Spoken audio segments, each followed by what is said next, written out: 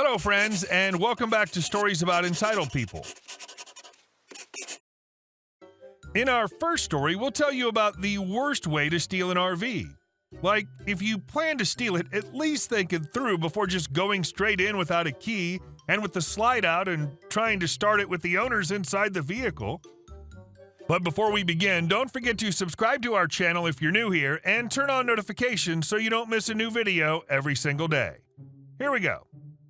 Karen tries to steal an RV. Okay, so this happened a while ago while me and my family were traveling in our new RV. We were traveling on I-40 in New Mexico, and we decided to pull over for a quick break as we've been traveling for around 7 hours nonstop. There were 5 of us in the RV. It was a 36-foot bus model, and we'd stopped and made up the beds at a rest stop. The time's around 7 or 8 p.m., and we figured we'd just stay the night there. This is where the story begins. Cast. Me is me. Dad is my dad. Mom is my mom. Karen is entitled mom. EK is entitled kid. We had pulled into the rest stop for about half an hour now, and all the beds were made up. My sisters, both 11, were in the bunk beds, and my parents were sleeping in the bed at the back.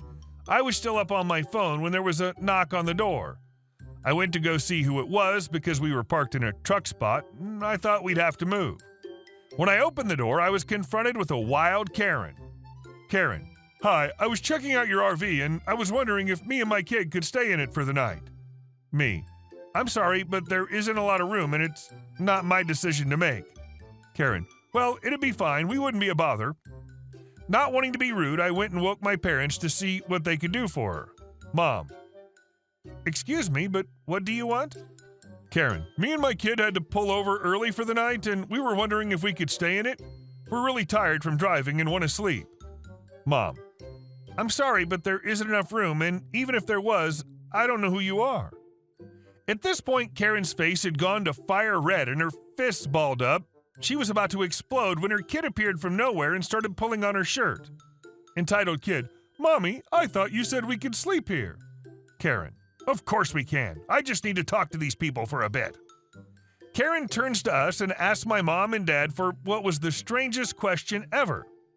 Karen: "Could you, my mom and dad, come to my car? I think the wheel's deflated and I'm not comfortable driving." Dad: "I'll go. I'm sure I can help." So my dad goes with Karen and her kid to the car and my mom goes back to bed.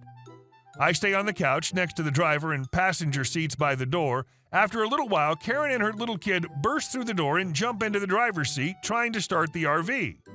Me: "WTF are you doing?" Karen: "Your dad said I could move the RV closer to our car. It'll be fine."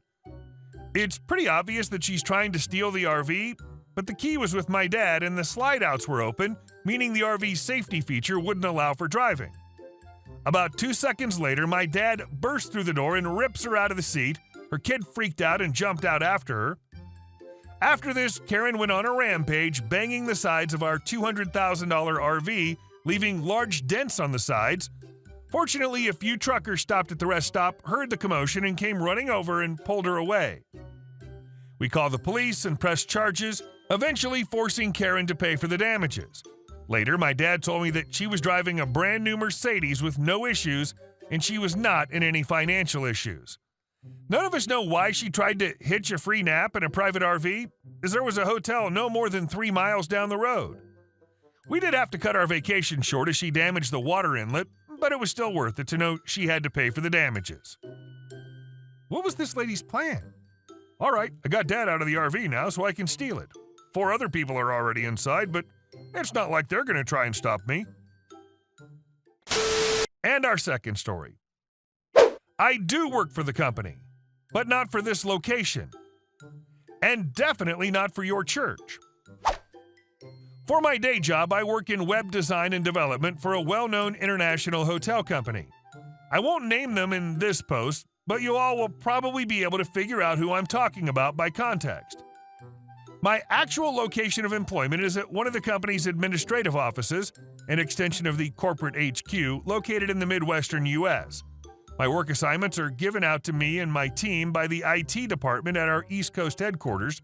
In other words, I've never actually worked directly at a hotel. Occasionally, I take the opportunity to go on vacation. When I do, I usually stay at our own hotels, since I get a really nice discount as one of my employee benefits. But whenever I do stay at one of our hotels, I take care not to advertise my corporate-level employee status. Other customers would tend to assume that I outrank the hotel's GM or that I have the authority to resolve whatever complaints they might have about their room or their service. I can't. It's outside of my particular job description. So I do my very best to stay out of the hotel's individual operations. One other incidental aspect of my job, my particular employer is very frequently, and very incorrectly, associated with the Mormon Church. It's true we were founded by a Mormon family, and up until about 3 or 4 years ago, we were still led by a Mormon CEO. But that's the extent of our connection. We've never been owned directly by the Mormons, and we don't get our marching orders from Salt Lake City. A lot of people in the general public believe that we do, but it's a false belief. Like I mentioned, our headquarters office is on the East Coast, nowhere near Utah, and for that matter, our new CEO for the last several years is a Lutheran. On to the point. Last week, I took a family vacation to another state, and we stayed in our company's hotels there, and along the way to and from. On checking in, I had a brief conversation with the front desk clerk about where I work and what my role in the company is, the normal check that's required to make sure I actually do qualify for the discount they're giving me. Unknown to me, that check-in conversation was overheard by a customer reading a newspaper who noted my appearance and apparently made plans to track me down later and give me some advice about the company, or the hotel specifically. Whatever it was in particular that was concerning him. Later that night, he found me eating dinner in the hotel restaurant and approached my table. "Hi, did I hear correctly earlier that you work for company headquarters?" "Yes," I answered, giving my name, not expecting what was just about to happen. The guy started off, "I gotta let you know, sir, that I have a Then he notices my table, where I have a glass of beer right next to my plate. Mormons, I'm told, are not allowed to drink alcohol. Come to find out, this gentleman is a Mormon, and he was one of those who assumed I'm Mormon too since I work for HQ, and he thought only his people would be allowed that high up in the company." His eyes got big. "Is that a beer you're drinking? You're violating the words of wisdom." His voice continues to escalate in volume and anger level. "Your behavior is shameful. You're a pox upon this company. You bring shame to the prophet. What stake do you belong to? I'm going to make sure you lose your temple. Recommend you. He finally takes a breath and I clarify, "Sir, I'm not a Mormon." I understand a lot of people believe we're a Mormon company, but that's not the case. I do work for our headquarters, but we have no religious requirement. "You liar," he's shouting, just as the waitress comes up to try to intervene. "You," he shouts at the waitress, who's standing right next to him by this point, "get the manager of this hotel. This man," shoving a finger into my chest, "needs to be put in his place." As it happens, the restaurant entrance is within line of sight to the front desk, and the general manager had already been informed of an altercation in the restaurant. He walks in right next to us, introduces himself, and offers to take the conversation to a more private area. The catch? Judging by the GM's darker complexion, accented English, and Arabic name on his name tag, he was apparently not Mormon either. "You're a Muslim!" the guy is screaming even louder by this point. "This is supposed to be a Mormon company. Mormon, you get it? You've been taken over by heathens. I'm never staying here again." And with that, the angry Mormon storms off to the elevator, presumably to pack up his stuff and go to another hotel that has met his standards better. Wow. Even if you were part of that hotel, you were eating dinner, for heaven's sake. It should have waited until afterwards, at least. And our last story. Fired via text message for not covering a shift during already approved vacation. At my last 9 to 5, the owners of my shop also owned a pre-owned sporting goods resale shop next door. The guys over there would hop next door and chat with us while it was slow, and we were all on friendly terms. I went away on vacation, and when I came back, boy, was there gossip. Greg, one of the friendliest and most helpful employees, had been fired. Funny thing was, Greg had also been on vacation, out of state for a family reunion. He came back into our shop a couple months later, and I got the whole story. You see, the store manager next door was boss's son, Nate. Like many beneficiaries of nepotism, he practically got away with murder, showing up late or not showing up for shifts, opening shop late, disappearing for half a day, borrowing things for his rec softball team, all that good stuff. Nate also had a habit of calling his employees to cover shifts at the last minute, an hour or less of lead time. Greg, as I mentioned, had his vacation approved in advance, all the paperwork in order, tickets purchased, bags packed, everything was gravy. The day he's set to fly out, he gets a text from BS telling him he needs to get to the shop ASAP to cover Nate's shift. Not that Nate was sick or had some important business function to perform, he just had a date. No can do, obviously. Greg isn't going to reschedule a flight at the last minute just to cover Nate's butt.